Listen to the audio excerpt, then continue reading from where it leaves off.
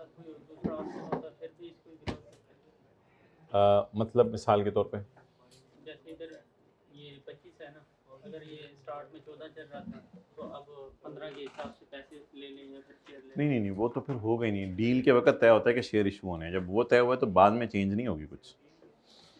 अच्छा, और एक वो और बात याद रखिएगा कि इन्वेस्टमेंट्स को आपने ना एक्विजिशन डेट के अलावा कभी नहीं छेड़ना। वो एक कॉन्सेप्ट है, शायद कोई सीए फाइनल में आपको पढ़ाया जाए, क्योंकि मैं ये एंट्री करने लगा था, कोई इन्वेस्टमेंट्स की हल्की फुल्की आवाज़ आई थी, मुझे टाइम नहीं मिला वरना मैंने जाना था उसके पास। तो इन्वेस्टमेंट सिर्फ एक्विजिशन डेट पे है एंट्री, इसके अलावा कभी भी किसी एंट्री में इन्वेस्टमेंट्स को हिट नहीं करना।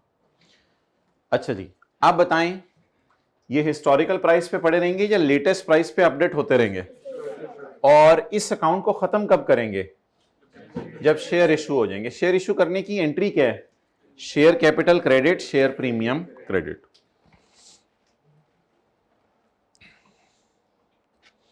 शेयर्स इशूड या to be issued? Question number 20 बोला मैंने, 20। Investment debit, purchase consideration, payable credit. इसको शो कहां करना है आपने?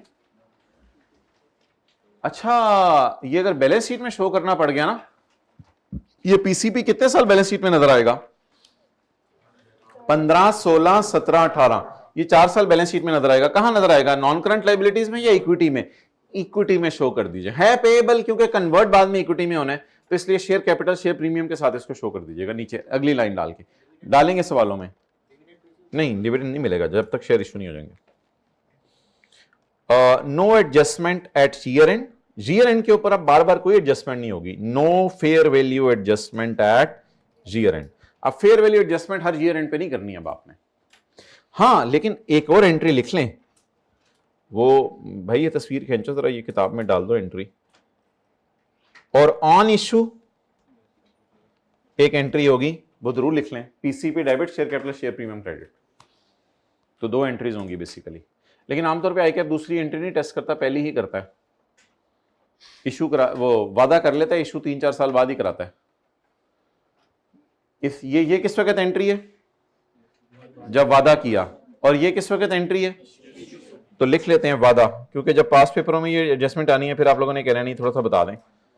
तो वादे के वक्त भी एंट्री करनी है, इशू के वक्त भी एंट्री करनी है, और ईयर एंड पे कोई एडजस्टमेंट नहीं करनी।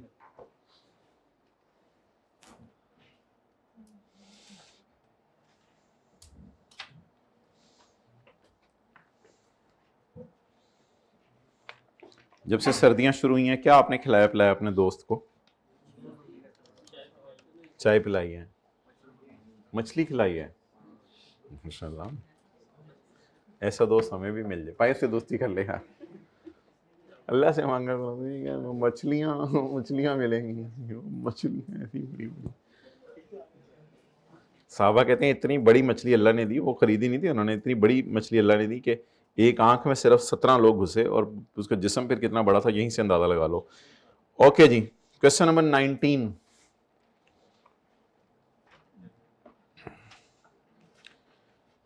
चलें छोड़ें, क्वेश्चन नंबर 19 अगर वक्त बचा तो करेंगे। आज हम सवाल करने लगे हैं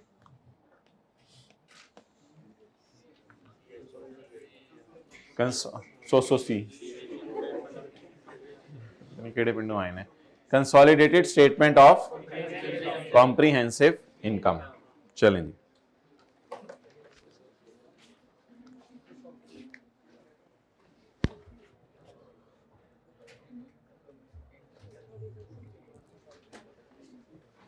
ये वतन तुम्हारा है या दादा अब्बू का है? सबका है। जिन शहीदों का इस वतन की मट्टी में खून है, वो अगर आप लोगों के हालात देख, अच्छा जी, खुश हो जाए, खुश हो जाए।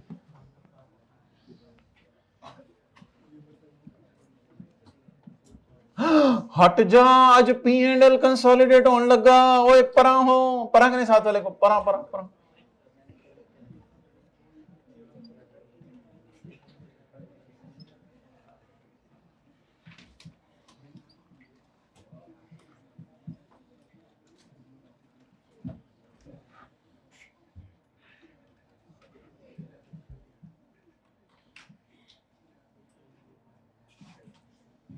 चलें जी, बताएं क्या फिगर आ रही है।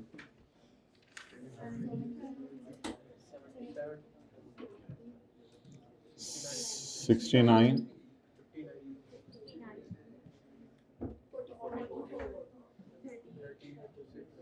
38,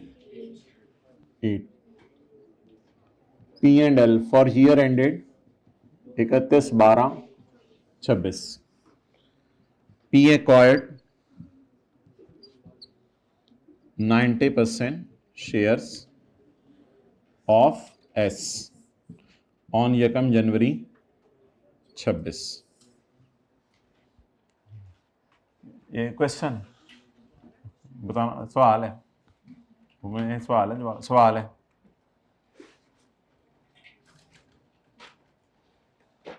इसकी रिक्वायरमेंट क्या होगी कि शौकत के दादा अबू का क्या नाम था? अच्छा अच्छा, कंसोलिडेटेड स्टेट।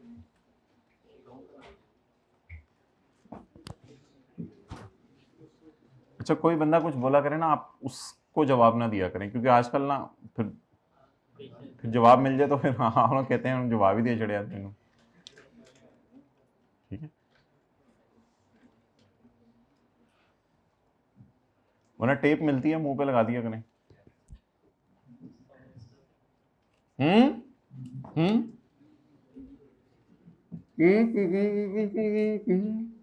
बनाए इस तरह टेप लगा लिया करें वो।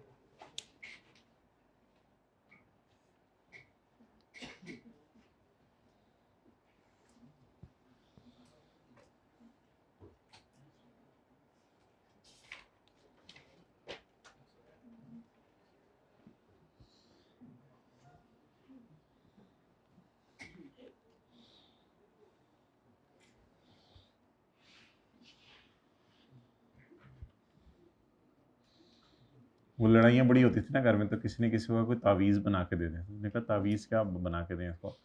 उसने अपनी तरफ से तावीज़ बना के दे दिया। उसने कहा बस ये दोनों दांतों के दरमियान रख लिया करना, लिखा लोखा उस पर कुछ नहीं।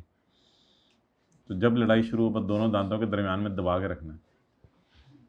वो यही सबसे बड़ा तावीज़ होता है, और क्या तावीज़? चुप रहना। लेटेस्ट ज़माना आ गया, हम टेप लगा देंगे।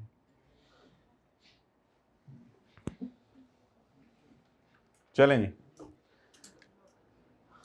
आप बताएं अकरम खाना खलो जाना, खलो जाना पंजाबी नहीं समझ आती तीनों, इंटेंशन समझ आया करो हमारी। अच्छा, सेल 100 जमा 70, कॉस्ट ऑफ सेल 31 प्लस 26। अच्छा, कोई ऐसे देखने वाली बात हुई ना, मैं खुद बताऊंगा। नहीं, पहली बार ही हो रहा है, कुछ होएगा कुछ जो होना होंगे उदो टेस्ट रूम च नहीं जाते, हले तक टेस्ट नहीं पहुंचा टेस्ट रूम में, मादरत भाई वो आज तो। अच्छा जी, लेस एक्सपेंसेस आइंदा इंशाल्लाह ध्यान रखेंगे इसका। 10 प्लस 6। अच्छा जी, प्रॉफिट जी बोलें। नहीं, जीपी और प्रॉफिट को आप लोगों ने जमा नहीं करना। जीपी और प्रॉफिट को इसलिए जमा करके नहीं लिखना क्योंकि हो सकता है सेल में कोई एडजस्टमेंट्स हो सकता है कॉस्ट ऑफ सेल में कोई एडजस्टमेंट्स हो, आपस की सेल पड़ी हो, कुछ ना कुछ मसले हो सकते हैं, गुडविल की इंपेयरमेंट डालनी पड़े एडमिन एक्सपेंसेस में, तो इसलिए ऐसे कुछ ना कुछ एडजस्टमेंट्स हो सकती हैं, इसलिए आपने इनको कैंसिल नहीं, वो जमा नहीं करना। ऊपर से जमा करें जीपी को।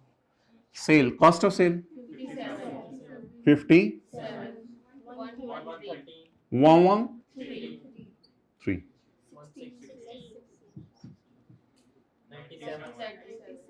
97। चलें जी, दोनों का प्रॉफिट मिला के देख लें कितना था। नहीं, मैं यार अल्लाह पूछ रहे हैं 97।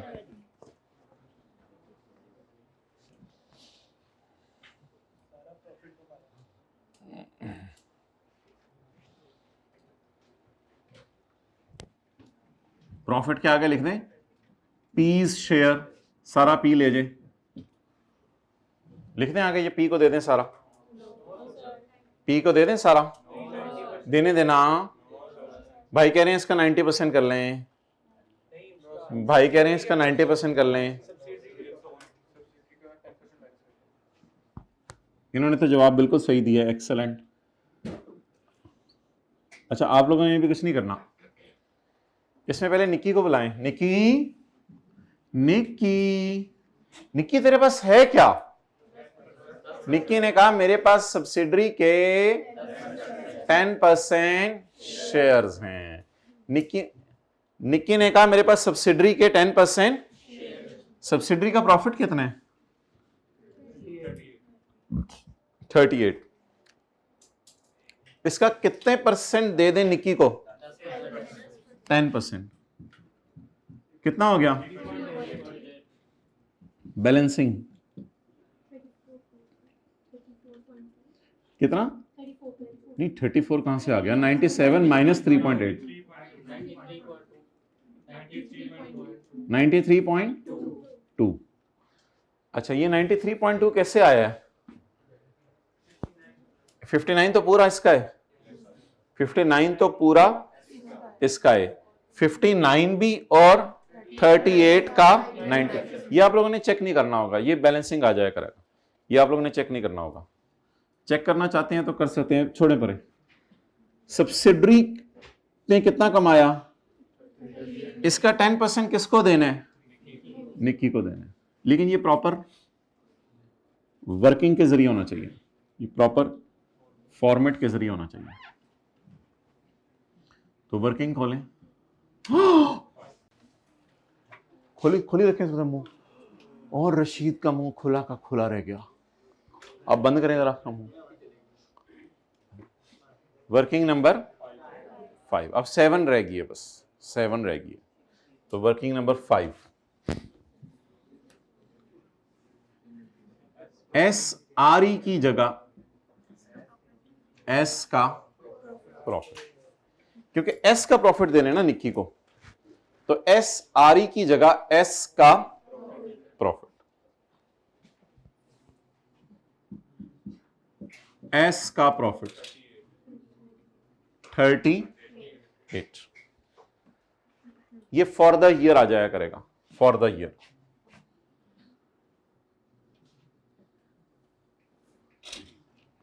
तो फिर क्लोजिंग माइनस प्री वाला चक्कर नहीं होगा, ये फॉर द ईयर आ जाया करेगा। देखेंगे 3/12 वाला कोई सवाल हुआ वो अलग होगा।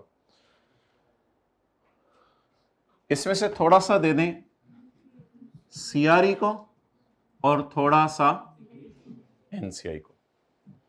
CRE को देने की जरूरत नहीं है, ये हम बैलेंसिंग निकाल लिया करेंगे। CRE को देने की जरूरत नहीं है, ये हम बैलेंसिंग निकाल लिया करेंगे, इसलिए इसको काट दें। थोड़ा सा वही SRE टाइप अकाउंट है, SRE टाइप। S के प्रॉफिट्स बांट रहे हैं। S का प्रॉफिट कितना है? इसमें से निक्की को कितना दे दें? लेकिन एडजस्टमेंट्स करने के बाद देने, हमारे सवाल में एडजस्टमेंट्स नहीं है। S के प्रॉफिट्स में कई एडजस्टमेंट्स होती हैं, तो एडजस्टमेंट्स के बाद वाला। तो बहरहाल अभी तो 38 ही है, जरा 10 3.8। ये वर्किंग करने के बाद इधर देखें क्या करना है। आपने ना इसको नीचे बुलाना है, P&L के अंदर ही 97। बोंगे ये नहीं आना कि बैलेंस शीट बन जाइए, तो बैलेंस 97 को नीचे बुलाना है और इसको तकसीम करना है। इसकी हेडिंग होगी, तू होते हो, इसकी हेडिंग होगी attributable to, attributable to parent owners और नॉन कंट्रोलिंग इंटरेस्ट, वर्किंग 5। ये 97 पहले नीचे उतार लिया करना है, फिर उधर से वर्किंग 5 करके आनी है। वर्किंग 5 97 में से कितना निक्की को दे दें? 3.8। और इसको आप लोगों ने चेक नहीं किया करना, इसको बैलेंसिंग निकाल लिया करना जी। 97 माइनस 3.8 93.2। तो ये बन गई consolidated statement of comprehensive income. चलें नोट,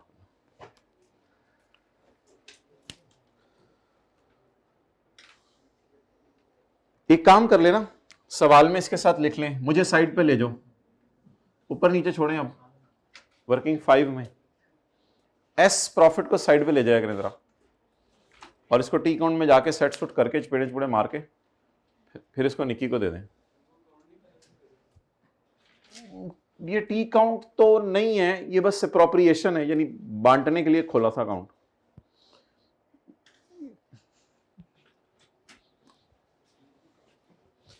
थोड़े से पैसे ले लो जी।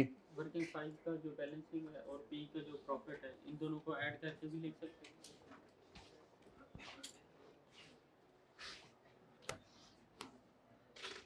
क्या? ये पेरेंट ओनर नहीं, पेरेंट ओनर्स अगर आपने निकालनी है तो फिर इस तरह आप कर लो, 59 प्लस 38 माइनस 3.8, वही बात हो गई।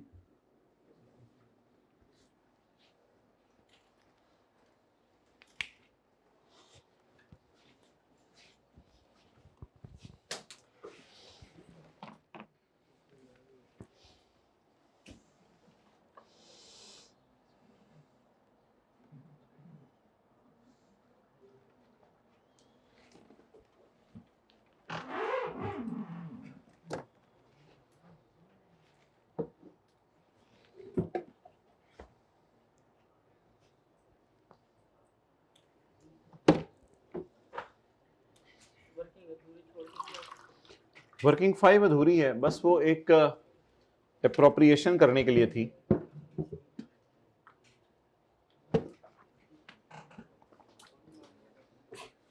असल में ना अगर आप ज्यादा चाह रहे हैं कुछ तो ऐसे ही 2-4 लोगों ने बात पूछ ली है। तो एक वर्किंग है, अकाउंटेंट्स ने काम आसान रखा हुआ है, यहाँ पे अकाउंटेंट ज्यादा उसमें नहीं जाते, बैलेंसिंग चीजें निकाल देते हैं।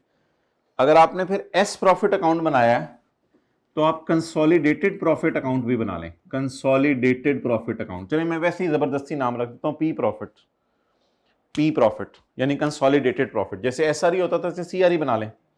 इसमें आप पी का प्रॉफिट ले आए, पी का प्रॉफिट ले आए, पी का कितना है 59। थोड़ा सा समझ लें, ये भी एक तरीका हो सकता था। पी का प्रॉफिट वो जी सीआरई टाइप, पी का प्रॉफिट ले आए। जब पीआरई आती थी ना तो पी प्रॉफिट ले आए। अब ये कितना आ रहा था सीआरई 93.2, ये बैलेंसिंग निकाला है ना आपने 38 30.2, तो इसको करके भेज दें। तो एस का प्रॉफिट मेरे पास कितना आया, एस का प्रॉफिट 34.2, कैरी डाउन 93.2। तो इस तरह करने की कोई जरूरत नहीं है, कोई सीआरई टाइप चीज बनाने की जरूरत नहीं है, फिर अकाउंट भी टैली कर जाएगा, ये फिगर्स भी सारे निकल आएंगी। तो अकाउंटेंट्स ने आसान हल रखा हुआ है इस टॉपिक में। अकाउंटेंट्स कहते हैं सिर्फ एस प्रॉफिट को बस बांट दो, एस का प्रॉफिट थोड़ा सा निक्की को दे दो, बस काफी हो जाएगा। कहता है खुद ही सब कुछ हो जाएगा, आपको करने की जरूरत ही नहीं। तो सीआरई टाइप अकाउंट खोला था ना मैंने, सीआरई टाइप अकाउंट खोला था ना, एस का सॉरी पी का जमा एस के प्रॉफिट का थोड़ा सा हिस्सा, वो कैरी डाउन पी का था। इस तरह करने की जरूरत नहीं है। चलें रिवीजन करें। क्वेश्चन 23 करें। नहीं, वर्किंग 5 को बैलेंस करने की, अगर बैलेंस करना है तो फिर इस तरह लंबा सा काम कर सकते हैं, इस तरह मैंने किया।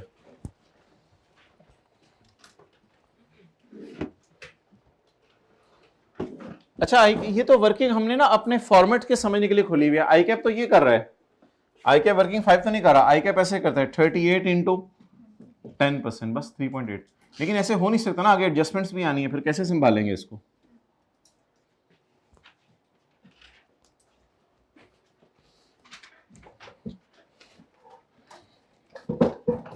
हाइब्रिड बॉय सेकंड रो, जल्दी करो यार, क्वेश्चन 23।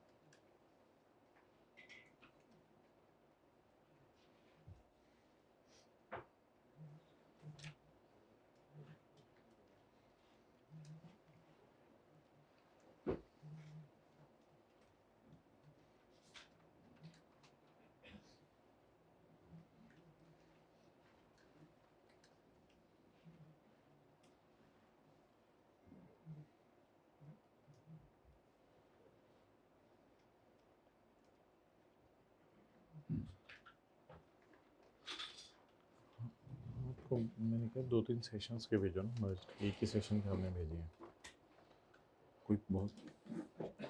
कोई बहुत पुराने सेशन के भेजो।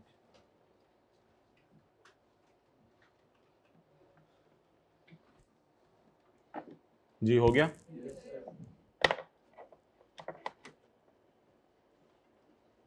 कोई फिक्रा बोल दें, एस का प्रॉफिट एनसीआई को दे दें, बस ये वर्किंग करनी है। एस का प्रॉफिट एनसीआई को दे दें। अच्छा, प्रॉफिट लॉस काफ़ी लंबा हो गया, पैट के बाद भी चीज़ें आया करेंगी अब। एप्रोप्रिएशन, एट्रीब्यूटेबल, तकसीम करना, बांटना।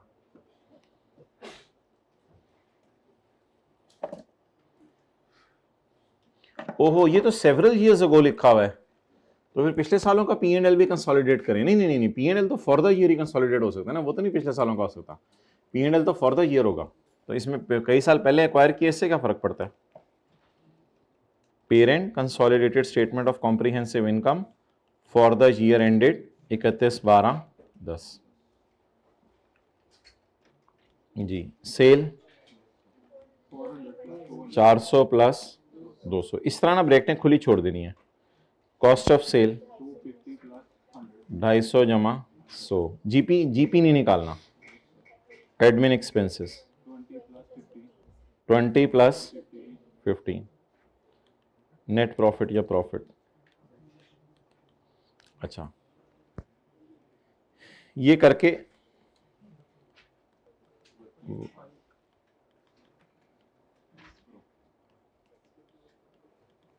एस का प्रॉफिट कितना, 85 का 25 दे दो किसी को, 21.25, 21.3 जी। टोटल 600,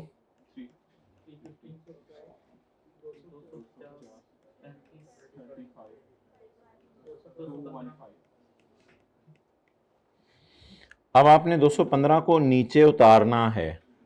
नहीं मैंने नहीं जाना, नहीं मैंने नहीं जाना, मैंने नहीं जाना। 215 नीचे आना, 215 नीचे आ गया। इधर आप हेडिंग दें,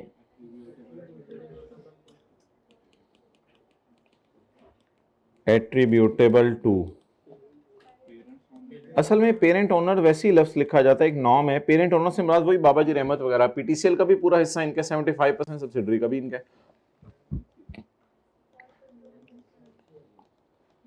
ये 215 यहीं से आया करेगा, 21.3.7। चलिए जी, आज की क्लास तो बस लाइट मोड पे ही है। क्वेश्चन 26 है बस अब आज की क्लास में जो करना है।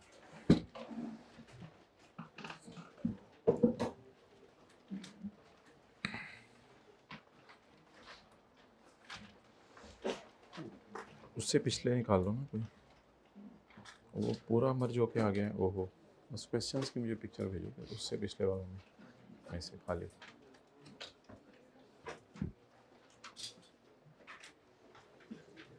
हो गया जी, निकाल लिया।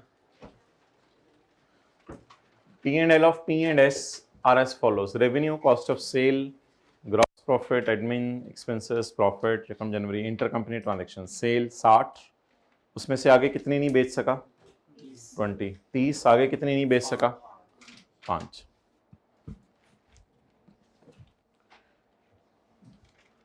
काम सिर्फ 10 मिनट का है और पेपर में भी ये चल जाएगा 10 मिनट में, अगर आपको मेथोडोलॉजी बता दीजिए क्या करनी है। लेकिन बच्चे ऐसे ही दीवाने फिर लॉजिक के पीछे पड़े रहते हैं, और उसकी लॉजिक समझे बगैर भी अल्लाह का शुक्र है हल्की फुल्की लॉजिक से भी काम चल सकता है। लेकिन देखें लॉजिक के दीवानों के लिए आज हम कैसे 50 मिनट ज़ाया करते हैं। ज़ाया करना शुरू करें, निकाल लें वो इलस्ट्रेशन 1 और 2, इलस्ट्रेशन 1 और 2। टाइम्स है वो प्रैक्टिस बड़ी करनी पड़ती है, वो प्रैक्टिस की तरफ हाईकैप ज़्यादा जा रहा है अब कि क्या करें। हर चीज़ की लॉजिक बताई जा सकती है, कहीं ना कहीं कंप्रोमाइज़ करने देना चाहिए, लेकिन नहीं करने देते बच्चे, ठीक है। हालांकि उसके बगैर भी गुजारा चल सकता है। Page 498, page 498। इलुस्ट्रेशन 1 को हम दोबारा करने लगे हैं, लेकिन आज इस एंगल से कि P&L का सवाल आया पेपर में, इस एंगल से नहीं कि बैलेंस शीट का सवाल आया।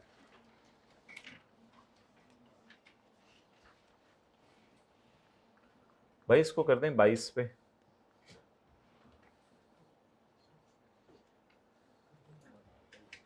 साउथ वाले ने वैसे भी इतनी मोटी जैकेट पहनी हुई है, देख के गर्मी लग रही है। लग रही है? अच्छा चलें, इधर देखें भाई।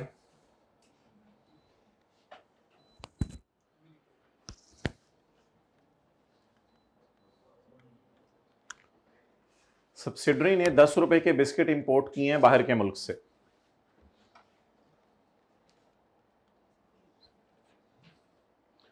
और पेरेंट को बेचे हैं 12। अच्छा कोई कोई ऐसी चीज हुई तो मैं खुद बताऊंगा।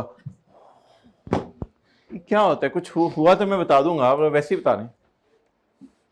पेरेंट को कितने के बेचे हैं? 12। तो पेरेंट ने खरीदे कितने के हैं? 12 के। याद रखिएगा, सोल्ड टू पेरेंट जब आ जाया करे ना, तो फिर ये 12 इधर भी लिखा करें, इसके लिए ये सेल है और इसके लिए ये cost. Parent sold the goods for 15।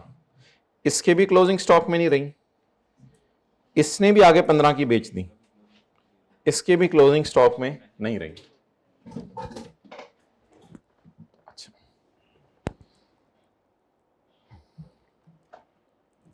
12 जमा 15,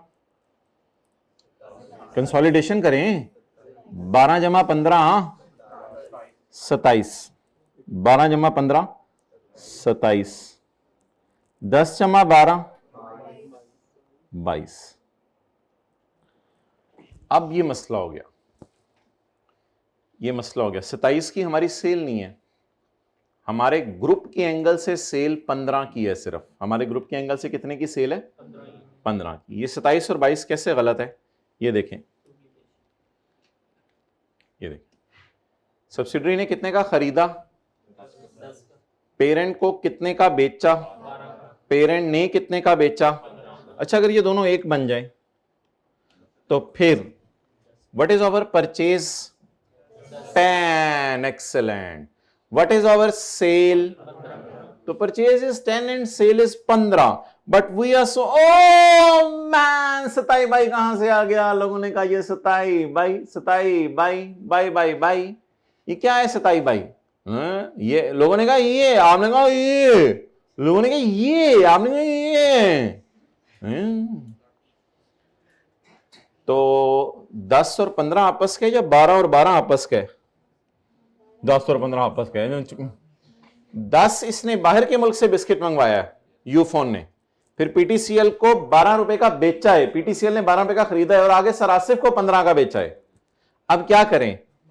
आपस की सेल की फिगर बताएं कितनी है? 12। इसको यहां से माइनस कर दें, ये एक एडजस्टमेंट किया करेंगे, -12 -12।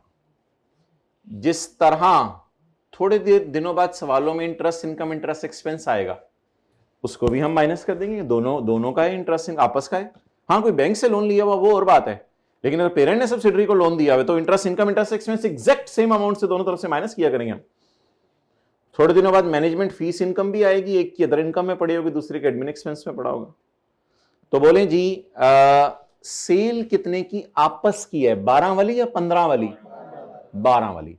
वो फिगर जिसे हम इग्नोर करते थे, वो फिगर जिसे हम आपस की सेल, आज उसे कैंसिल करना पड़ेगा, क्योंकि ये एक की सेल में पड़ी है और दूसरे की परचेज में पड़ी है। जब इसको कैंसिल कर देंगे तो लकीली देखें जवाब क्या आ रहा है। 12 जमा 15 माइनस 12 कैलकुलेटर के बगैर बताएं। 15। ये 15 है consolidated statement of comprehensive income में जाने के काबिल, और इसका नाम है एडजस्टमेंट। और फिर बोलें 10। बस ठीक है, आप जो है वो जीपी वगैरह निकाल लें। 15 माइनस कॉस्ट ऑफ सेल आ गई, 15 माइनस 10, बस ये 5। वैसे ये 5 तो आउटसाइड वर्ल्ड से कमाया है, इसमें तो कोई मसला नहीं हमें। आप तो करें नोट रजिस्टर के ऊपर, रेड मार्कर से ये वाली एडजस्टमेंट नोट करें, बाकी तो ब्लैक से कर लें। पेज नंबर रजिस्टर पे लिखें ना 498 इलुस्ट्रेशन 1, और ऊपर लिखें from the angle of P&L। आज P&L के एंगल से। अच्छा मुझे वैसे बताएं, 12-12 कैंसिल ना करते तो क्या होता? वो 27 बड़ी इन्फ्लेटेड टाइप फिगर नजर आ रही होती। और आखिरी बात मुझे बता दें, बैलेंस शीट के सवालों में क्या कैंसिल करते थे? डेटर और क्रेडिटर। इन सवालों में क्या कैंसिल करेंगे? सेल और परचेज, P&L के सवालों में।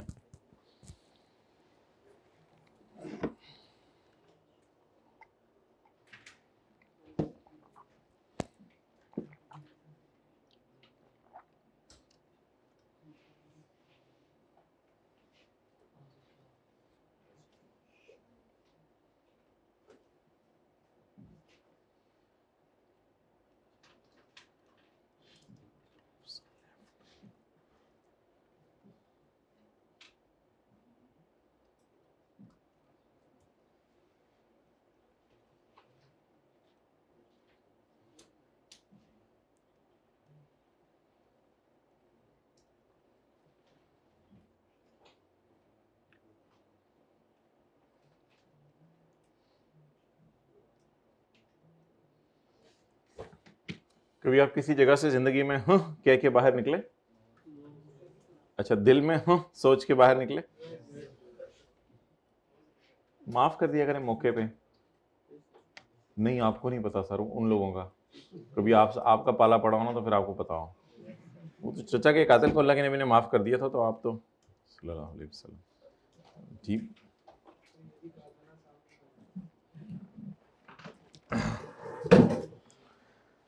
अच्छा जी,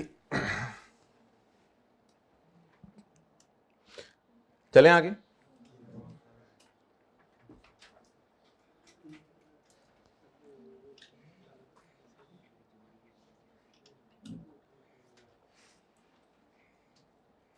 illustration number 2।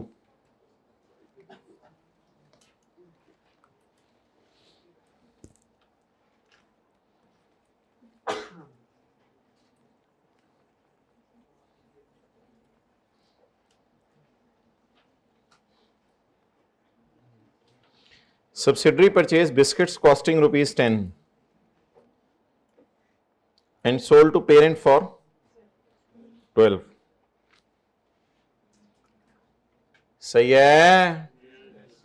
Parent did not sold the goods till year and. Parent इसको बेच नहीं सका, तो इसके किस में पड़ी हुई है? क्लोजिंग स्टॉक में।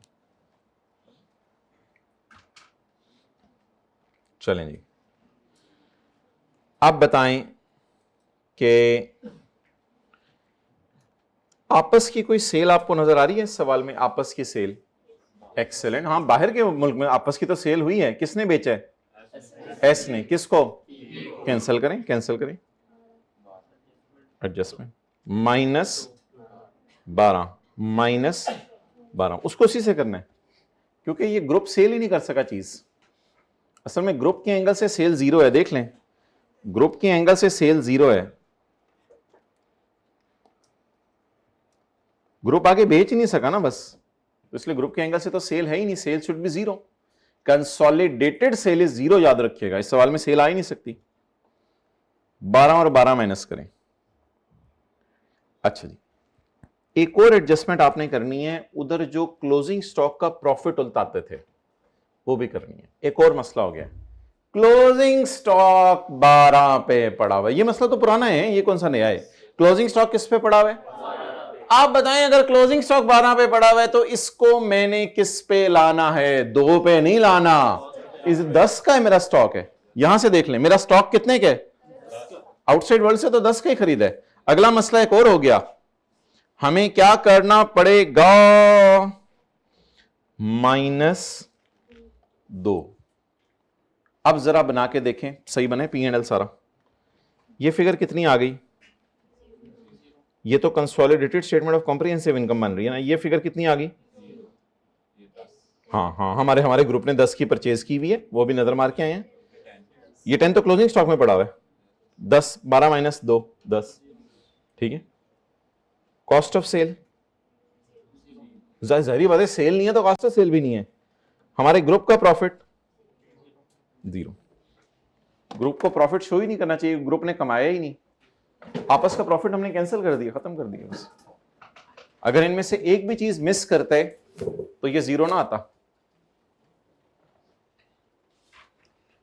अच्छा, बच्चे पूछते हैं 2 रुपए की डबल एंट्री क्या है, वो बात कर लेते हैं बाद में, लेकिन अब ये 3 एडजस्टमेंट्स करनी पड़ेंगी।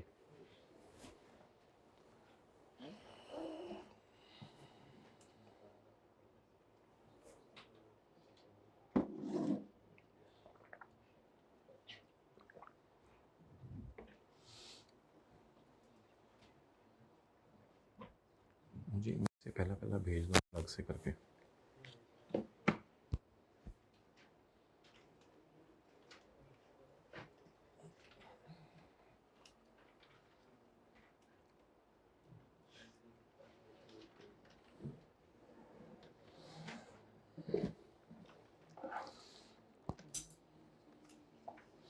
आ जाए वापस क्वेश्चन नंबर 26 में। क्लोजिंग स्टॉक पे से 12 पे ना पड़ा रहने दें, 12 पे पड़ा रहने दें यार, दिल चाह रहा है मेरा 12 पे पड़ा रहने दें। क्यों नहीं पड़ा रहने देना 12 पे? साइंस के चक्कर में ना जाए, कुछ लोग कहते हैं यहाँ नेगेटिव लगाएं फिर उधर पर, वो कंफ्यूज से होते रहते हैं थोड़ी पर। बस साइंस ओवरऑल साइन लगा लें एंड पे, साइन में भी कंफ्यूजिंग इसलिए मैंने नहीं लगाया, मुझे पता है ये माइनस होती है चीज़। 12 माइनस 2 इस फिगर 10। अच्छा, अब सारी लॉजिक्स को जरा साइड पे रख के अभी आप अपना रजिस्टर ही खोली रखें और P2S और S2P का क्या करना है जरा देख लें। आज 3 फिगर्स आप लोग पहले निकालते होते थे, सोल्ड, अनसोल्ड का प्रॉफिट। तो इलुस्ट्रेशन 1 तो फारिग कर देना, हमारे अनसोल्ड कुछ ना कुछ पड़ा होता है जरूर, हमेशा हर सवाल में अनसोल्ड पड़ा होता है कुछ ना कुछ, ठीक है। फर्ज करें सोल्ड की फिगर 300 है, अनसोल्ड 40 है और अनसोल्ड का प्रॉफिट बहुत थोड़ा है 3 रुपए, मिसाल के तौर पे 2 रुपए अनसोल्ड का प्रॉफिट।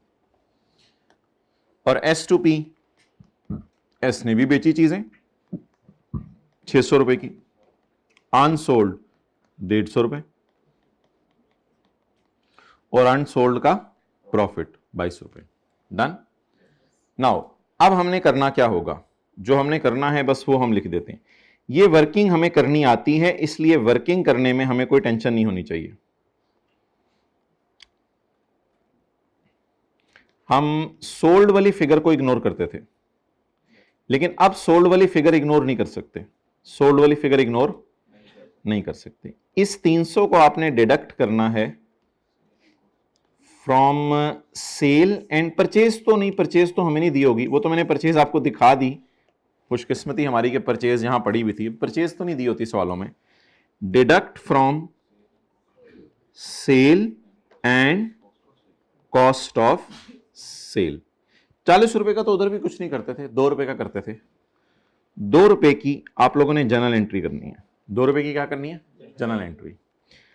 जनरल एंट्री आपने ये करनी है कि एसआरई डेबिट और स्टॉक क्रेडिट। आरई कम नहीं करना, आप लोगों ने जीपी कम करना है।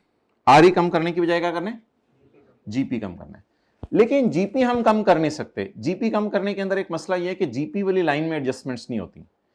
तो जीपी कम करने का आसान हल यह है कि कॉस्ट ऑफ सेल हम बढ़ा दिया करेंगे। क्या कर दिया करेंगे? कॉस्ट ऑफ सेल बढ़ा दिया करेंगे। कॉस्ट ऑफ सेल बढ़ाना, असल में आरई कम नहीं करनी थी क्योंकि बैलेंस शीट का सवाल नहीं है। कम क्या करना था? आपस का, बोले आपस का प्रॉफिट। आपस का प्रॉफिट कम करने के लिए जीपी कम करना था। जीपी तो हमारे हाथ में नहीं है, वो तो बैलेंसिंग आया करेगा कैलकुलेटर पे। तो जिंदगी में याद रखिएगा, कभी भी जीपी कम करना पड़ा तो इफेक्ट किस पे डाल दीजिएगा? जैसे एनआरबी लॉस भी होता था। तो जब आप कॉस्ट, और ये सारी सेम चीजें हैं, खर्चे बढ़ाने से प्रॉफिट डेबिट होते हैं, आरईज कम होती हैं, ये सारी रिदम में चल रही है चीज, खर्चे बढ़ाने से सब कुछ। ये एंट्री हम कर दिया करेंगे। लेकिन एक और बात आज सुन लें, ये एंट्री हम डबल एंट्री नहीं करेंगे, क्योंकि हम जब कल बैलेंस शीट के सवाल सॉल्व करना शुरू करेंगे ना, तो बैलेंस शीट का सवाल हम अलग से कर लिया करेंगे पूरा, और P&L का सवाल सिंगल एंट्री अप्रोच से करेंगे। बैलेंस शीट का सवाल डबल एंट्री से करेंगे, P&L का सिंगल एंट्री से करेंगे। वरना एक तरीका वो भी हो सकता है जो फाइनल अकाउंट में बचपन में सिखाया जाता है, साथ साथ P&L और बैलेंस शीट में चीजें लेके जाते रहें। वो मेथोडोलॉजी हम फॉलो नहीं करेंगे, वो मेथोडोलॉजी थोड़ी सी टाइम कंज्यूमिंग होती है। साथ साथ दोनों चीजों को हैंडल करना। तो हम पहले बैलेंस, आईकेप भी इसी तरह करते हैं, पहले बैलेंस शीट का सवाल करके टैली कर देते हैं, फिर बाद में किसका सवाल शुरू करते हैं, पी एंड एल का। तो डबल एंट्रीज की आपने टेंशन नहीं लेनी, हम सिंगल एंट्री अप्रोच से चलेंगे। Cost of sale debit stock, बोले खर्चे बढ़ने से प्रॉफिट कम हो जाते हैं, और 100% काम हम यहां पे करेंगे।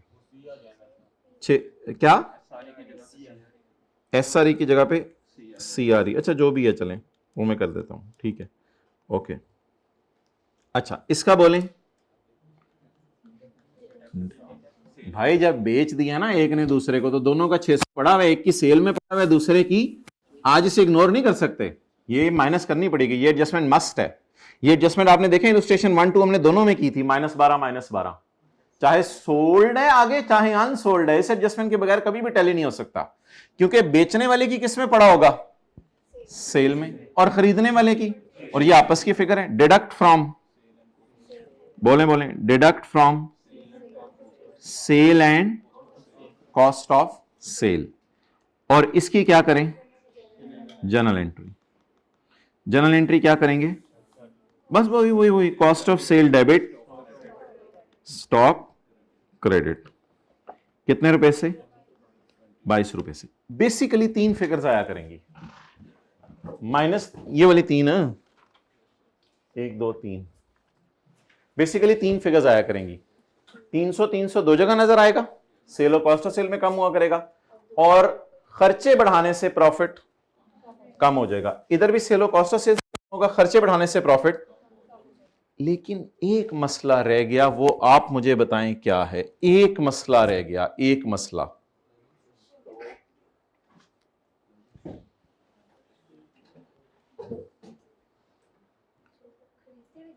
किस को ये कौन प्रॉफिट कम करे, उधर कौन प्रॉफिट कम कर रहा है, पी, और इधर कौन प्रॉफिट कम कर रहा है, एस। इसलिए यहां पर हम हिट मारा करेंगे वर्किंग 5 को, वर्किंग 5 को हिट मारेंगे। किसने बेचा, किसने प्रॉफिट रिकॉर्ड किया, कौन प्रॉफिट रिवर्स करे, पी प्रॉफिट अकाउंट भी खुलवाना है तो खुलवा लें मेरे से, वो फिर स्यापा है, वो फिर मैंने आपको भी खोल के दिखाया था। अगर पी प्रॉफिट खुलवाने तो पी प्रॉफिट खुलवा के उसमें भी एडजस्टमेंट करवा लें, लेकिन वो तो टेंशन प्रोग्राम है पूरा। तो इसलिए अकाउंटेंट्स ने बड़ा आसान हल निकाला हुआ है। पी एंड एल में आगे अकाउंटेंट्स कहते हैं ज्यादा लंबे चक्रों में ना पढ़ो, 2 अकाउंट ना खोलो, एस का प्रॉफिट, पी का प्रॉफिट और सारा। अगर आपने पी प्रॉफिट में एडजस्टमेंट करवानी है वो भी करवा सकते हैं, लेकिन वो आप रिलैक्स रहें, वो सारी फिगर्स क्या आ जाया करेंगी, बैलेंसिंग आ जाएगी। पी के प्रॉफिट की टेंशन नहीं लेनी आप लोगों ने कि पी का प्रॉफिट कम कैसे करें, वो बैलेंसिंग आ जाया करेगा सब कुछ। तो असल में ये प्रॉफिट अकाउंट है किसका, एस का। तो कल तो हम आपको एक स्टेटमेंट लिखवा देंगे, एस प्रॉफिट में वो सारी चीजें जानी है जो एस आर ई में जाती थी, वो बैलेंस शीट थी, और ये किसके सवाल है, पी एंड एल के सवाल। बस खत्म है ये टॉपिक यहां पे, चलें नोट कर लें। जीपी कम करना है, कॉस्ट ऑफ सेल बढ़ानी है, कॉस्ट ऑफ सेल बढ़ानी है।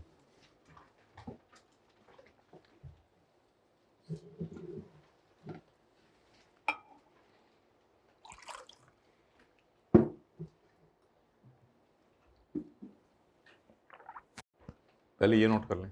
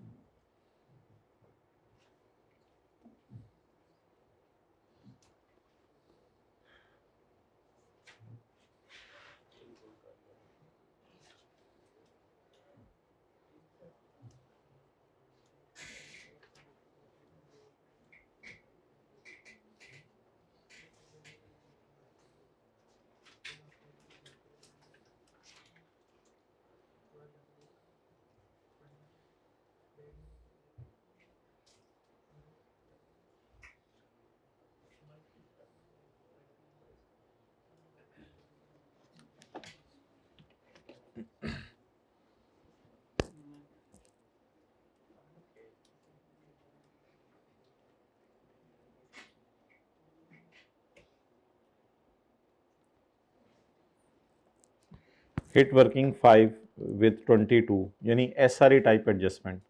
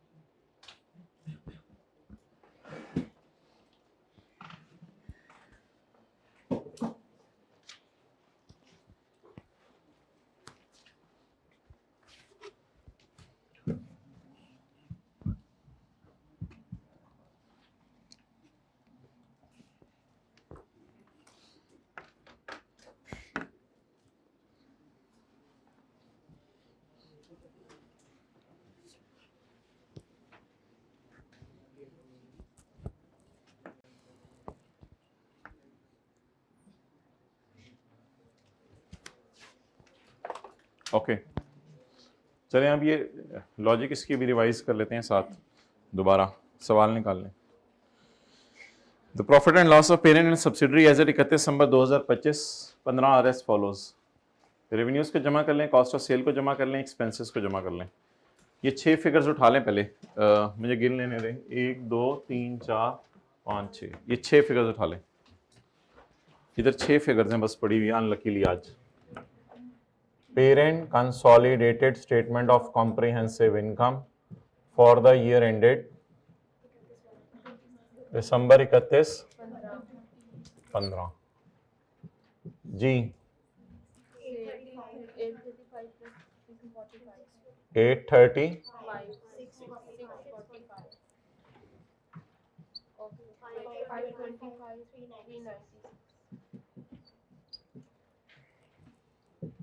जीपी में कोई एडजस्टमेंट नहीं करनी, जीपी को बैलेंसिंग निकाला करेंगे सेल और कॉस्ट ऑफ सेल का डिफरेंस लेके।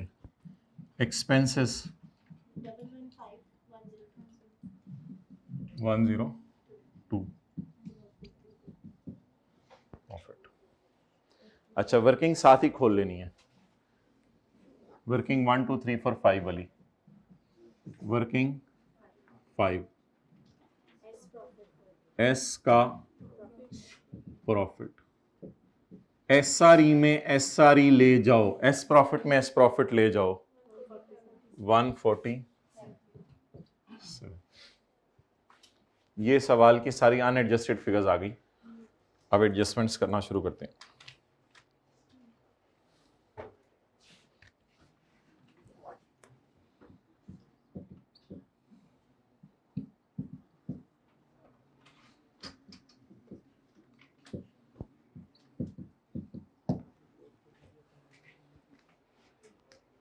P to S, S to P।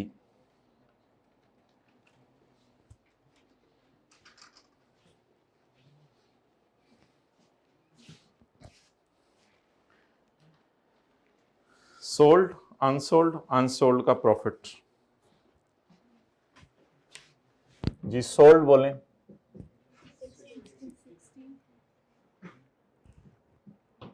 Unsold 20, unsold का profit 25% of cost, 25% of cost. चलें जी, cost plus profit is equal to cell.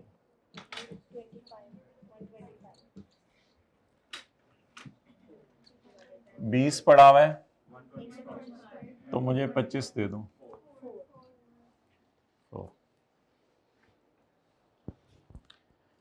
Balance sheet के सवालों में 4 की एंट्री किया करेंगे, सीआरई डेबिट स्टॉक, और 60 और 20 को उसी तरह इग्नोर किया करेंगे। सोल्ड 30 अनसोल्ड, सब्सिडरी ने भेजा 30, पेरेंट आगे 5 नहीं बेच सका, उस अनसोल्ड का profit, cost plus profit is equal to sale. So the sale is now 20% of sale.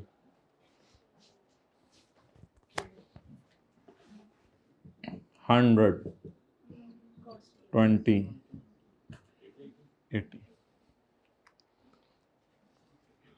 5 पड़ा हुआ है, 1.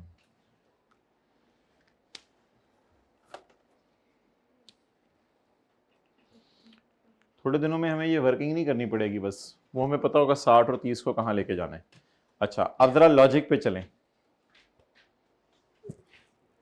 पी ने क्या एंट्री की होगी 60 रुपए की, कैश डेबिट, वो आपको रटा रोटा लगवा दिया, वो मुझे पता है, वो कर लेंगे आप, deduct from cell cost.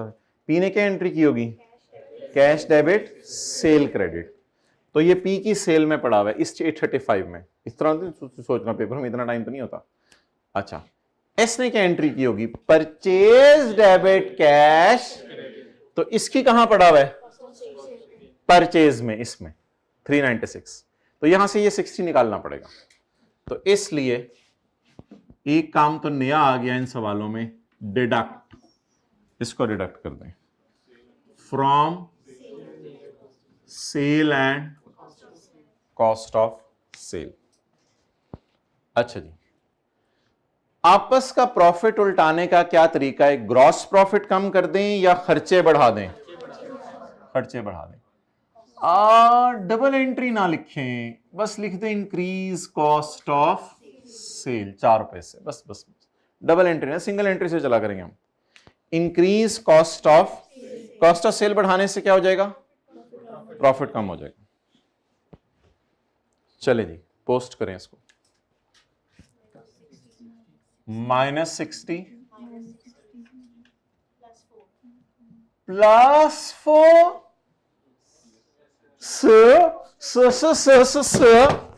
Sir आप इधर माइनस कर रहे थे, उधर जाके प्लस कर रहे हैं.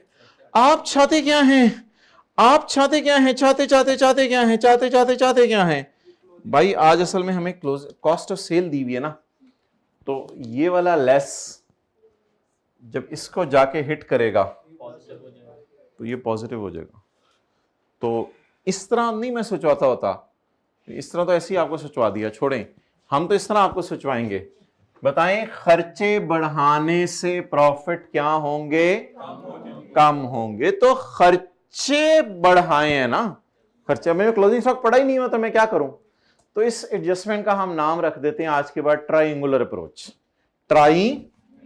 ये 3 तिकोने, ट्राइंगुलर, बस ये ट्राइंगुलर एडजस्टमेंट हुआ करेगी, ये एज इट इज करनी है और कुछ भी नहीं करना इसका. चलें आगे, बस इजी सी एडजस्टमेंट है, फौरन हो जाया करेगी. फिगर निकालनी हमें पहले ही आती है. किसने बेचा, एस ने. किसने सेल में डाला, यहां पड़ा हुआ है, इतना तो ना सोचिएगा. वैसे किसने खरीदा, पी ने. और तेनू नींद क्यों आ रही, किसकी परचेज में पड़ा हुआ है, पी की. निकालें इसको, -30 -30, deduct from sale and cost of sale, increase cost of sale 1 रुपए से. कॉस्ट ऑफ सेल बढ़ाने से प्रॉफिट कम हो जाएंगे, कॉस्ट ऑफ सेल बढ़ा दें. Triangular approach +1.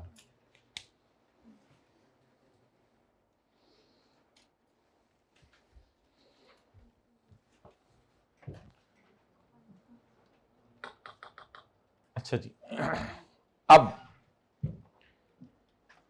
ये एडजस्टमेंट कहां जानी चाहिए, सीआरई में या पी प्रॉफिट में. पी प्रॉफिट में ना, पी एंड एल का सवाल है, बी कॉन्फिडेंट. ये एडजस्टमेंट सीआरई में जानी चाहिए या पी प्रॉफिट में.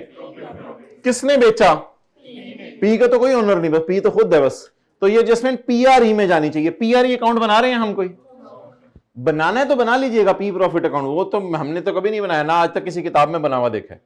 अच्छा, इसलिए इसके नीचे मैंने कुछ भी नहीं लिखा। किसने बेचा? एस ने। किसने आपस का प्रॉफिट रिकॉर्ड किया? एस ने। आपस का प्रॉफिट कितना है? 1। तो हिट करें वर्किंग 5, हिट करें वर्किंग 5, हिट करें वर्किंग 5। कितने रुपए से? 1 रुपए से। मुझे बताएं प्रॉफिट कम किस साइड पे करते हैं? प्रॉफिट कम किस साइड पे करते हैं? Debit side. और आपको याद है S2P एडजस्टमेंट काफी सालों से एसआरई अकाउंट में भी यही आ रही है। तो याद नहीं, एसआरई एडजस्टमेंट आपस का, एसआरई डेबिट स्टॉक क्रेडिट, वही जगह भी वही इसकी बन गई। सर ऐसा ना करें सर, 2 दफा रिकॉर्ड हो जाएगा सर। 1 को आपने इधर भी रिकॉर्ड कर दिया, 1 को आपने इधर भी रिकॉर्ड कर दिया है। या तो खर्चे बढ़ा के प्रॉफिट कम कर लें, या प्रॉफिट कम करके प्रॉफिट कम कर लें। मेरे साथ ना ऐसा किया करें, बाकियों के साथ कर लें। भाई ये दोनों अनएडजस्टेड फिगर्स है ना। वो 147 कोई यहां से तो नहीं आया, यानी 147 कोई यहां से आके यहां आया। एंजॉय करें ना, 147 कोई यहां से आके यहां आया। अगर वो यहां से आके यहां आया होता फिर मैं कह देता कि इसमें ऑलरेडी एडजस्टमेंट हो चुकी है। हम तो ये सवाल से उठाया था, तो जब ये सवाल से उठाया तो इसमें तो आपस का प्रॉफिट पड़ा हुआ है। तो ये ना कहिएगा ये एडजस्टमेंट डबल रिकॉर्ड हो रही है। असल में 2 कहानियां अलग चल रही हैं। एक है कि हम दोनों ने मिलकर कमाया कितना, और एक है कि निक्की को कितना देना है। वो दोनों डिस्कशंस अलग चल रही हैं। तो हम इन लंबे चक्रों में नहीं पड़ा करेंगे, हमारी बहस खत्म हो गई है, बस हमने ज्यादा नहीं सोचना। इसको दोनों जगह से निकाल दें, इसे कॉस्ट ऑफ सेल में डाल दें, इसे दोनों जगह से निकाल दें, इसे कॉस्ट ऑफ सेल में डाल दें, बस खत्म। बाकी को कोई कहता है कि मुझे बता दो कि पी का प्रॉफिट या कंसोलिडेटेड प्रॉफिट, तो पी का प्रॉफिट उठा लीजिएगा, उसमें फिर ये वाली 4 की एडजस्टमेंट भी डाल दीजिएगा, और फिर पता नहीं क्या क्या होगा। तो इसलिए इस तरह नहीं सोचना हमने। और इंशाल्लाह आने वाले दिनों में ये एडजस्टमेंट ही रिवाइज हुआ करनी है, और क्या होना है। सवाल खत्म हो गया, टोटल कर दें। मतलब किसी के जहन में सवाल आ सकता है ना कि ये 1 रुपया डबल रिकॉर्ड हो गया है। तो मैं ये कह रहा हूं इस 1 रुपए की एंट्री करने के बाद ये जो फिगर आई है, मैं इस फिगर को यहां लेके गया हूं या ये सवाल से उठाई हुई है, इसलिए इसके प्रॉफिट को हिट करना पड़ेगा। जी बोलें। 13 830 550। अब ये 554 को मैं यहां कहीं लेके जा रहा हूं, या वो क्वेश्चन से उठाया था 147। गुडविल की इंपेयरमेंट डालें एडमिन एक्सपेंसेस में, डलवाएं गुडविल की इंपेयरमेंट। ओए तो रिवीजन हो जाती नहीं है गुडविल की इंपेयरमेंट। चलें ठीक है, फिर इसी का टोटल करवा दें।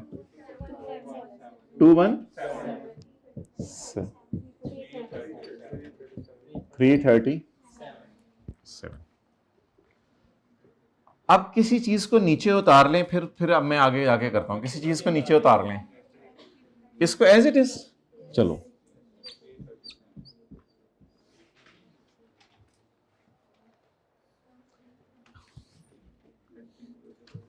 ये जो है ना बड़ा खूबसूरत हम लिखा करेंगे इसे को। एक्स्ट्रा शीट ले लिया करेंगे अगर जरा ज्यादा खूबसूरत। एट्रीब्यूटेबल नहीं, इसको हम चित के, हम अफ्रीका में हैं, अफ्रीका में अंग्रेजी बोल रहे हैं, बोले एट्रीब्यूटेबल टू, एट्रीब्यूटेबल टू। वापस आ जाए पाकिस्तान में। पेरेंट ऑनर्स, निक्की पंजाब के इलाके च निक्की, attributable to parent and NCI. आज तुसी मेरी टेंशन ना लाओ, मैं पहुंच जाऊंगा, तू निक्की की टेंशन लाओ। हाय अब ऐसा ही फील हुआ है थोड़ा सा मुझे। अच्छा चलें छोड़ें। 140 29.2। एक दफा इस तरह लिख दो, फिर देखो बच्चे कैसे पेपरों में इसको यूज करते हैं। 29.2।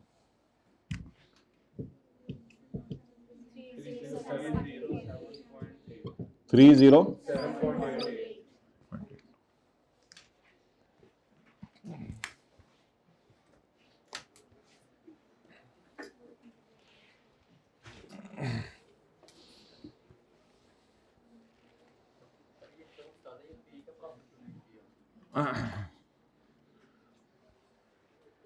भाई वैसे किसी क्लास में हमने आज तक ये किया तो नहीं था, लेकिन कर देते हैं, तो बहुत टाइम लगेगा इसमें। पी प्रॉफिट, बल्कि कुछ कंसोलिडेटेड प्रॉफिट होना चाहिए, बल्कि पी प्रॉफिट तो शायद गलत लफ्ज़ है, कंसोलिडेटेड प्रॉफिट।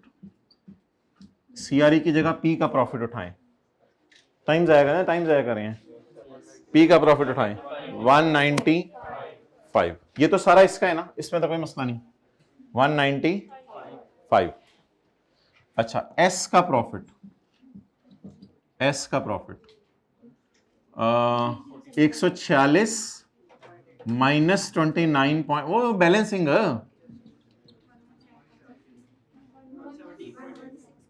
116.8, 116 ये सीआरई टाइप अकाउंट बन रहा है। पी का अपना प्रॉफिट और एस के प्रॉफिट का 80% हिस्सा मेरा है आफ्टर एडजस्टमेंट। अल्हम्दुलिल्लाह आफ्टर एडजस्टमेंट ही तकसीम होता है 116.8। और अब CRE type adjustments, CRE type adjustments कितना, 4, P to S, S to P. किसी को याद है सीआरई डेबिट होता था, सीआरई डेबिट कितना, 4, कैरी डाउन 307.8। तो ठीक है, अगर आपने ये एडजस्टमेंट पोस्ट करनी है 4 रुपए की, ये वाली भी कर दें। किसी किताब में या आई के अपने तो आज तक नहीं किया ये काम, वो कहते हैं छड्डो भाईजान बैलेंसिंग, उन्हें वो अकाउंट नहीं बनाना, ये अकाउंट बना रहा है कोई साथ बंदा, मुझे बताएं कौन अकाउंट बना रहा है, ये बना लिए हैं?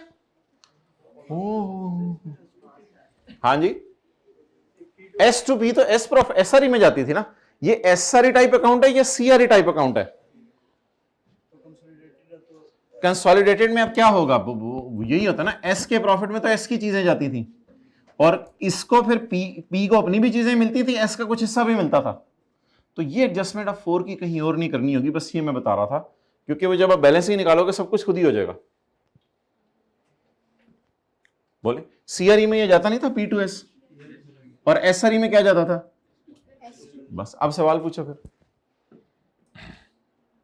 हमने कंसोलिडेटेड लेजर भी बनाया, तो इसमें हम ये S2P मतलब सब्सिडी टू पेरेंट जो उसमें कभी जाता ही नहीं था, जाके देख लो जरा, रिवाइज करो सीआरई अकाउंट, जाके रिवाइज करना घर में। सीआरई अकाउंट, इसमें पी की आरई आती थी, एस की आरई आती थी, और स्टॉक में सिर्फ एडजस्टमेंट आती थी पी टू एस की। बाकी एसआरई से वो एस वो वाली भी रूट होके आ जाती थी, एस टू पी वाले।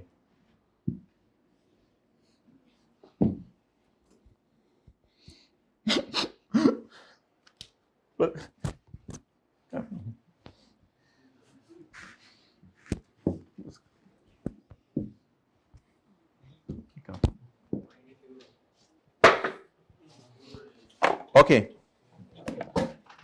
ले जी, आज मजे का काम होने लगा। टाइम ओवर हो गया, तेरी ऐसी तैसी। निकालें एथिक्स के पास पेपर।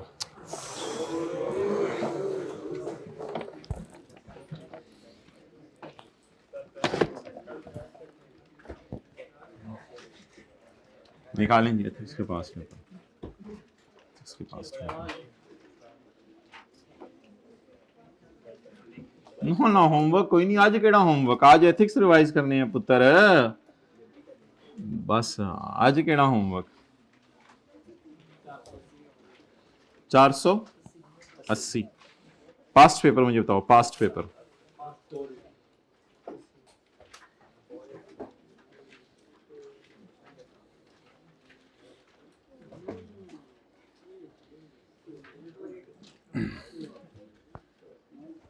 Page number 480। ये तो आपको अभी सस्टेनेबिलिटी पढ़ाने की तैयारी हो रही है, ये तो बड़ा कमाल टॉपिक है। स्क्रीनशॉट्स, हाँ, human rights, wastage, energy, material कहाँ ज़ाया हो रहा है, ट्रेनिंग दे रहे हो स्टाफ को नहीं दे रहे हो, ये तो चीज़ें अभी डिस्कस होना शुरू होनी है। ओके जी, सस्टेनेबिलिटी, सस्टेनेबिलिटी तो आसान सा टॉपिक होगा, यानी बिजनेस सस्टेन भी कर सकता है या नहीं। अच्छा जी, किधर है वो ethics? 480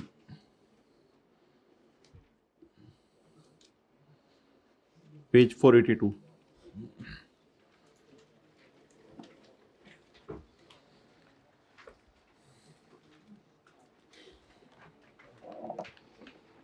Fortune Limited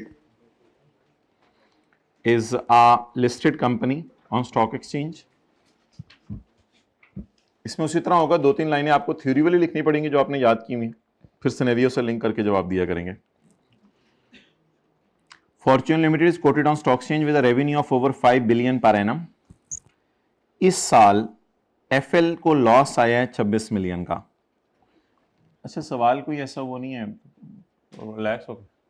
The chief executive is of the view that declaration of loss may result in bank refusal to renew the credit facility. Chief executive का ख्याल है कि अगर आपने लॉस डिक्लेयर कर दिया ना, तो फिर याद रखना बैंक आपको इनकार कर देगा, उधार की फैसिलिटी जो दी हुई है ना उसने आपको, उस फैसिलिटी को फारिग कर देगा। देयरफॉर, इसलिए ही, गेम ऑन होने लगी है, ही CEO, he wants to incorporate certain adjustments in books of, वो कहते हैं कुछ एडजस्टमेंट्स करो, जरा मेरे दफ्तर में आना कुछ एडजस्टमेंट्स करनी है जी सर मैं आया। Therefore he wants to incorporate certain adjustments in the books of accounts that will alhamdulillah result in an overall profit of 100 million। यानी 126 मिलियन की जनरल एंट्रीज आपसे करवाने लगा है। हाई लेवल की गेम। 26 मिलियन के लॉस को -26 को टाइमलाइन पे बनाई, कन्वर्ट करके 100 के प्रॉफिट में बदलने। कौन कहता था मैट्रिक कर लो मजे हैं, ये जहां जाके पता चलेगा अब क्या बनेगा। आप लोगों ने नहीं बच्चों को कहना ये मैट्रिक कर लो मजे हैं, यानी मरने के बाद मजे हैं ठीक है। अगर आप लोग तरबियत करने में कामयाब हो गए माशाल्लाह, एग्जाम्पलरी माँ बाप, इंशाल्लाह तो ठीक है, अभी से अपने आप को भी सही कर लो ना। अच्छा, आप चाहते हैं कि जितना मोबाइल आप इस्तेमाल करें वो आपके बच्चे भी इस्तेमाल करें? Yes sir, no? आप चाहते हैं जो जो आप मोबाइल पे देख, अच्छा क्या आपको वो ऐसे क्यों देख रहे हो मुझे अच्छा, देयरफॉर चलिए छोड़े ना, आप जो हो गया तो आइंदा। अच्छा, therefore he wants to incorporate, भाई अल्लाह को भी जवाब देना है, बच्चों को तो चलो दूर, अल्लाह को भी तो जवाब। देयरफॉर ही, चलिए दिल में कोई इरादा कर लें, कुछ कर लिया, चलें। Therefore he wants to incorporate certain adjustments in the books of account that will result in a net profit of 100 million, यानी -26 से +100 की तरफ चला जाएगा। ही वांट्स, कितनी जबरदस्त चाहत है इसकी, अस्तगफिरुल्लाह। However, CFO who is also a CA, ये कहां लिखा होता है कि चीफ एग्जीक्यूटिव भी CA है? ये कहां लिखा होता है चीफ एग्जीक्यूटिव भी CA है? कहां लिखा हुआ है? अच्छा, बहरहाल उसने however CFO who is a CA also या who is a CA? Who is a CA is of the view that all possible entries allowable under the law have already been made। Sir मैं आपके दफ्तर नहीं आना, जो एंट्रियां होनी थी वो हो गई हैं। जी बड़े दिल में कह रहा हूँ तुसी बड़े उन्हें एंट्रियां करानी है ना। Identify the categories of threats to the fundamental principles of neutrality और professional competence and due care that may be created in above situation and discuss the safeguards available to CFO in this respect under the code of ethics। सवाल है सिर्फ identify the categories of threat that may be, threat किसको है जी, मुझे threat किसको है ये जरा चेक भी करवा लेना। थ्रेट किसको है? नहीं, थ्रेट अभी कौन बेचारा फेस करे, चीफ एग्जीक्यूटिव की बात हो रही है या थ्रेट सीएफओ को है जिसके लिए सेफगार्ड लगाने पड़ेंगे? थ्रेट किसको है? सीएफओ को। अच्छा, एक और सवाल पढ़ें, जवाब की तरफ नहीं जा रहे, अभी थोड़ी सी बेस बना रहे हैं। एक और सवाल पढ़ें। Atif is a chartered accountant, इधर ही देख लें, and has been working as manager accounts in an unlisted company. While preparing the financial statements for the year ended 31 December 16, CFO, अच्छा आतिफ कौन है? मैनेजर अकाउंट्स, ये छोटी पोस्ट होती है, चार्टर्ड अकाउंटेंट तो है, मैनेजर अकाउंट्स, और सीएफओ का नाम नहीं दिया हुआ, तो ये मैनेजर अकाउंट्स है और एक सीएफओ है। While preparing the financial statement, CFO who is also a chartered accountant, तो ये दोनों चार्टर्ड अकाउंटेंट है इसमें, informed आतिफ को कहा that directors are considering to have the company listed on stock exchange, director का इरादा है इस साल कंपनी को स्टॉक एक्सचेंज में क्या कराना है? लिस्ट कराना है। तो नतीजा था सीएफओ वांट्स, इन्हें वांट ही नहीं खत्म, अच्छा भी वांट थी, अच्छा ही वांट्स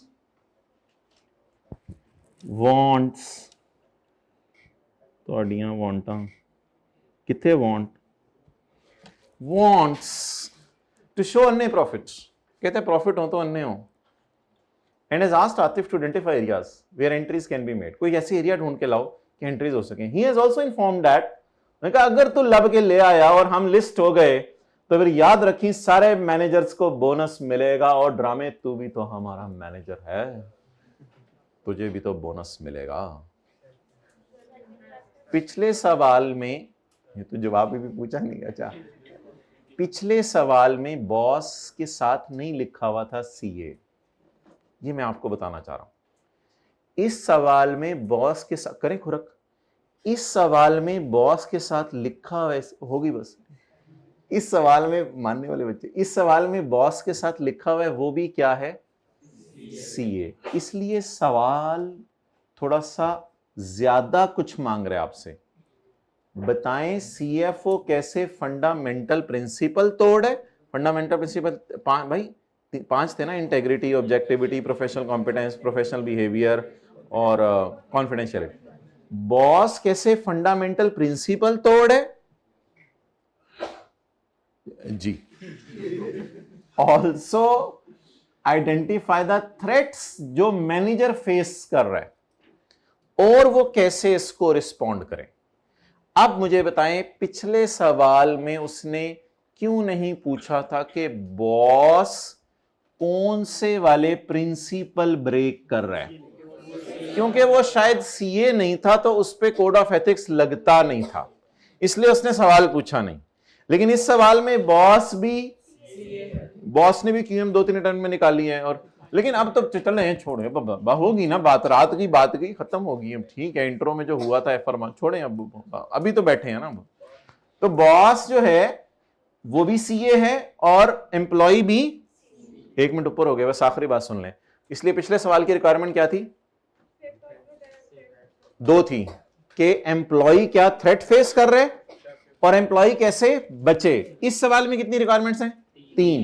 बॉस कौन से फंडामेंटल और एम्प्लॉय कौन सा खतरा महसूस कर रहे और एम्प्लॉय कैसे बचे। कल इनको सॉल्व करते हैं। कल क्या है? कल 9 दिसंबर है। 9 दिसंबर को क्या हुआ था? अल्लामा इकबाल की बेटी की शादी हुई थी। फिर सारे जमा करो, फिर लियाकत अली खान, फिर कायदे आजम, फिर ये, और वो उनके यहाँ काका हुआ था, फिर उनके फिर पूरा साल ही बाहर है, कल आना है। आदत होती है ऐसी।